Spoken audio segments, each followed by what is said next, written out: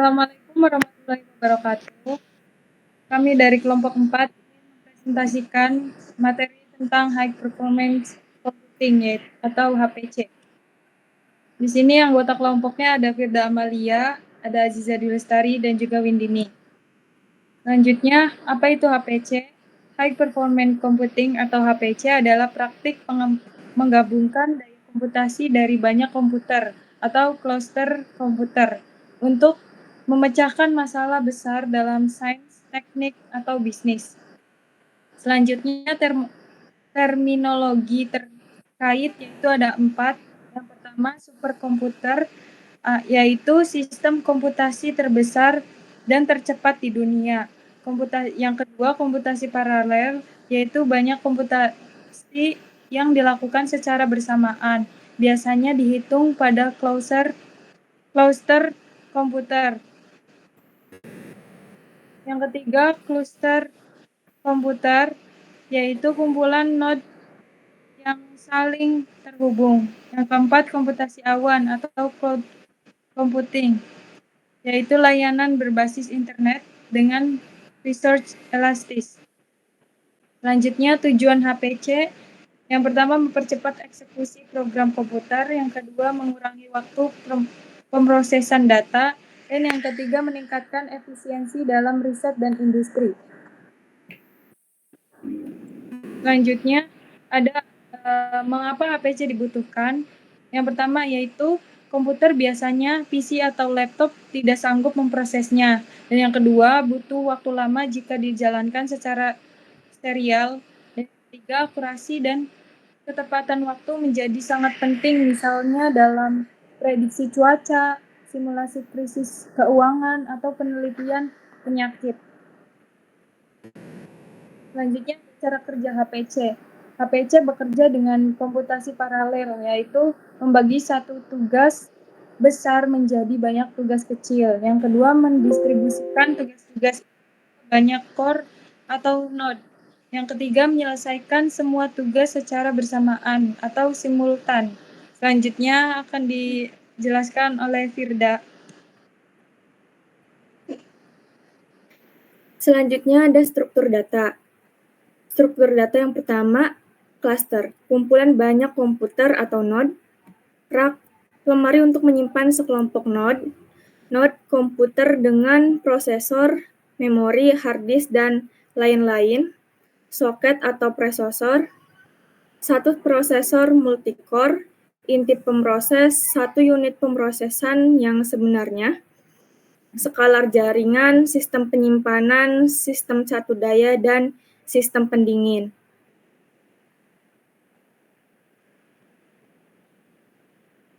Dilanjutkan dari HPC ada komponen kerja utama. Yang pertama, perangkat jaringan, yaitu kartu InfiniBand untuk mentransfer data antar node.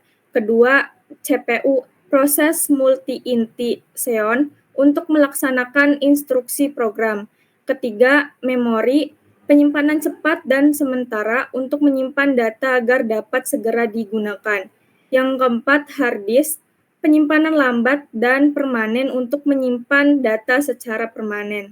Yang kelima, ruang untuk kemungkinan peningkatan. Yang keenam, akselerator, Intel Xeon Phi, koprosesor atau sudut kesatria untuk mempercepat program. Di slide selanjutnya ada gambar dari komponen-komponen utama itu sendiri. Yang pertama sampai kelima, yang terakhir akselerator. Selanjutnya,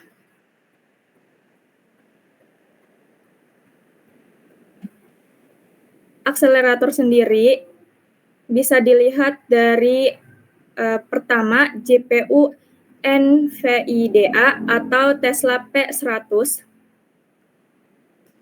di mana di dalamnya ada multiprosesor 56, inti CUDA 3584, memori dengan kapasitas 12 GB, sambungan PCI ke CPU host, komputasi DP puncak yaitu 4036/4670 GF LOPS. Gambar dari GPU NVIDIA ini seperti yang di slide dilanjutkan.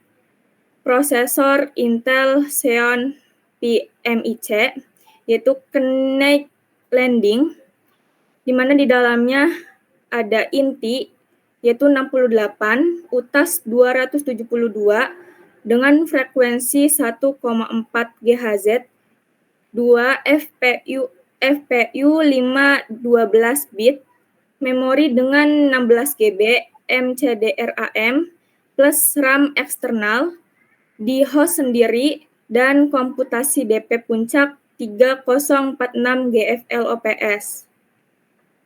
Selanjutnya, model memori HPC ada share memory, satu memori untuk banyak core atau OpenMP.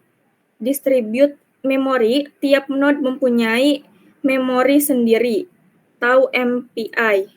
Kombinasi keduanya sering dilakukan. Selanjutnya, desain sistem HPC. Desain sistem HPC ini terdiri dari banyak node dalam satu klaster. Node tersusun dalam rak dan dihubungkan dengan jaringan. Setiap node memiliki prosesor, RAM, dan penyimpanan. Setelah itu diperlukan sistem pendingin dan catu daya handal. Manfaat dari HPC itu sendiri yang pertama, waktu proses jauh lebih cepat dibanding komputer biasa. Skalabilitas tinggi bisa menyesuaikan dengan ukuran masalah. Yang ketiga, mampu menjalankan simulasi besar dan kompleks yang tidak bisa dilakukan komputer biasa.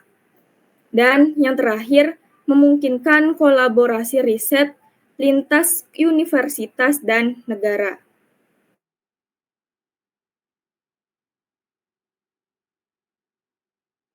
Untuk selanjutnya itu ada kelebihan HPC.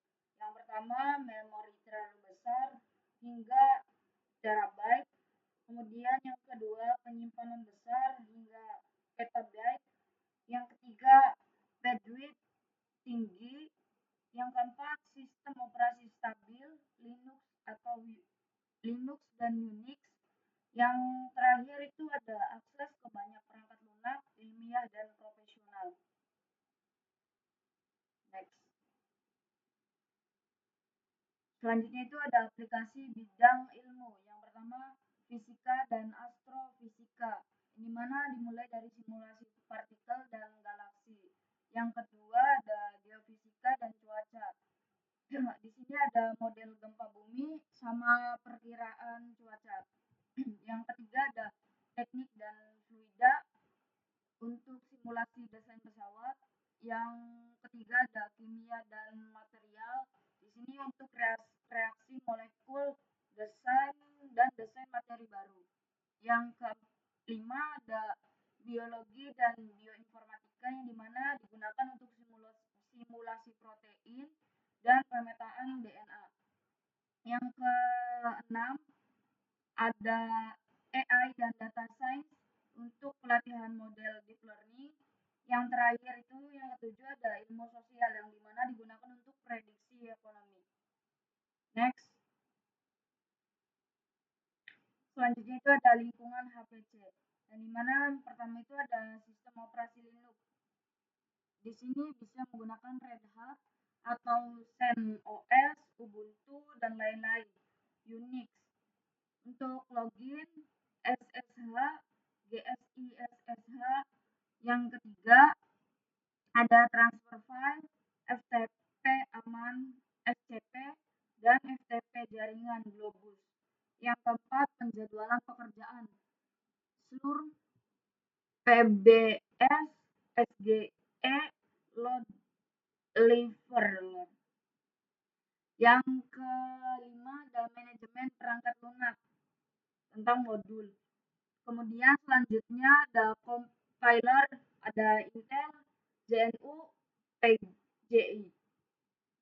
Nah, selanjutnya ada implementasi MPI, OpenMPI, MPICH, MVAPICH, dan Intel MPI. Selanjutnya ada alat debugging dan pembuatan profil, ada Total View, atau DDT, ViewTune. Yang selanjutnya itu ada bahasa pemrograman,